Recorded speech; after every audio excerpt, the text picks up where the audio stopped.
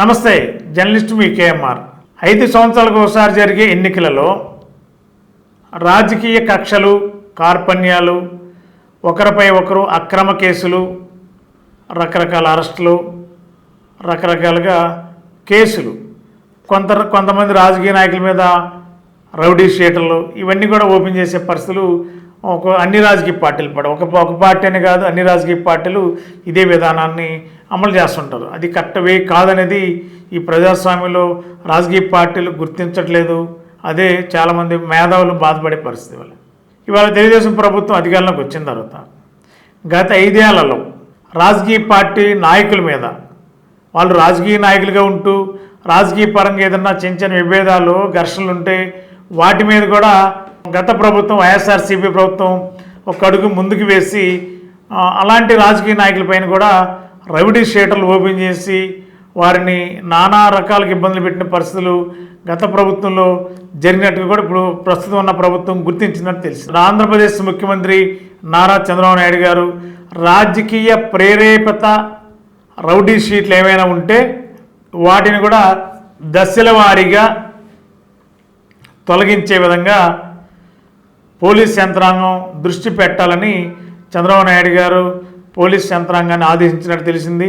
మరి ఆ దిశగా ఏ జిల్లాల్లో రాజకీయ ప్రేరేపిత, రాజకీయ పరంగా ఉన్న కేసులతో ముడిపెట్టి ఒక రాజకీయ పార్టీకి మరొక రాజకీయ పార్టీకి ఉన్న గొడవలో దాన్ని రౌడీ షీట్ దాకా తీసుకొచ్చి రౌడీ షీట్ ఓపెన్ చేసి ఆ రాజకీయ నాయకుడి రాజకీయ జీవితాన్ని బదనం చేసేలా వ్యవహరించిన గత ప్రభుత్వ వైఖరి పైన ఎంతమంది మీద ఇలాంటి రాజకీయ రౌడీ షీట్లు నమోదయ్యని చెప్పి లిస్ట్ అవుట్ చేసి ఎలాంటి సమాజానికి కానీ, పార్టీకి కానీ, ప్రజలకు కానీ ఎక్కడ ఇబ్బంది లేకుండా ఉన్న రాజకీయ నాయకుల మీద ఉన్న రౌడీ షీటర్ని మరి కేసులు తొలగించేలా ప్రభుత్వం యుద్ధ ప్రాతిపదికన చర్యలు చేపట్టబోతుంది.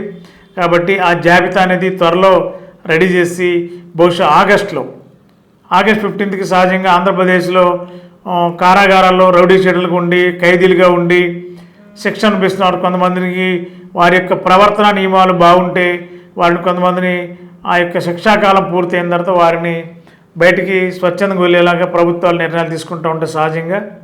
అది ఆగస్టు 15, అదేవిధంగా జనవరి 26 తారీఖున ఇలాంటి నిర్ణయాలు వెలువడుతుంటాయి. అలాగే అప్పటికి మరి రాజకీయ ప్రేరేపిత రౌడీ షీటర్లు కేసులు కూడా తొలగించడానికి ప్రభుత్వం ఒక నివేదిక తయారు చేసి ప్రభుత్వాన్ని సమర్పించాలని చెప్పి రాష్ట్ర ముఖ్యమంత్రి నారా చంద్రబాబు నాయుడు గారు డీజీపీని ఆదేశించినట్టు తెలిసింది. మరి ఆ రాజకీయ ప్రేరేపిత కేసుల్లో ఎంతమంది గత ప్రభుత్వం ఎంతమంది మీద ఈ రౌడీ షీట్లు పెట్టారు, ఎవరెవరు ఉన్నారు, ఎంతమంది ప్రముఖులు ఉన్నారనే దాని మీద క్లారిటీ రావాల్సి ఉంది. ఏదేమైనా ప్రస్తుత తెలుగుదేశం ప్రభుత్వం తీసుకున్న నిర్ణయం శుభపరిణంగానే భావించాలి. గత 20 సంవత్సరాలుగా దంత సమస్యలతో పాటు దవడ మరియు ముఖ సంబంధ సమస్యలకు చక్కని చికిత్సలు అందిస్తున్న శ్రీ రామకృష్ణ దంత వైద్యశాల, నరసింహారావుపేట, ఏలూరు.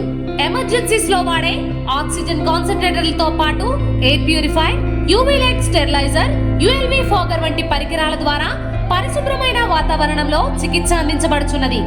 ఆర్వీజీ ద్వారా అతి తక్కువ రేడియేషన్ ఉపయోగించి దంత వ్యాధి నిర్ధారణ మరియు రూట్ కెనాల్ వైద్యం చేయబడుచున్నది. డెంటల్ లేజర్ ద్వారా కుట్లు లేకుండా సర్జరీలు, ఇంప్లాంట్స్ కిట్స్ ద్వారా పళ్ళు లేని వారికి ఫిక్స్డ్ దంతాలు, రూట్ కెనాల్ చికిత్సలకు ఎండో మోటార్ వంటి ఆధునిక పరికరాలు కలిగిన నమ్మకమైన డెంటల్ క్లినిక్. అత్యంత ప్రామాణికమైన ఆటోక్లావింగ్ పద్ధతిలో శుభ్రపరిచిన ఇన్స్ట్రుమెంట్స్ వాడడం మా ప్రత్యేకత.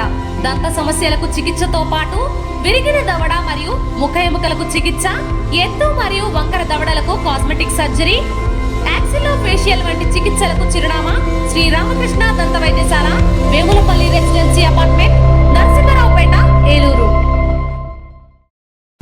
జీవి మాల్ ఫెస్టివల్ థీమ్ మార్. పండుగలన్నీ జీవి మాల్ తోనే.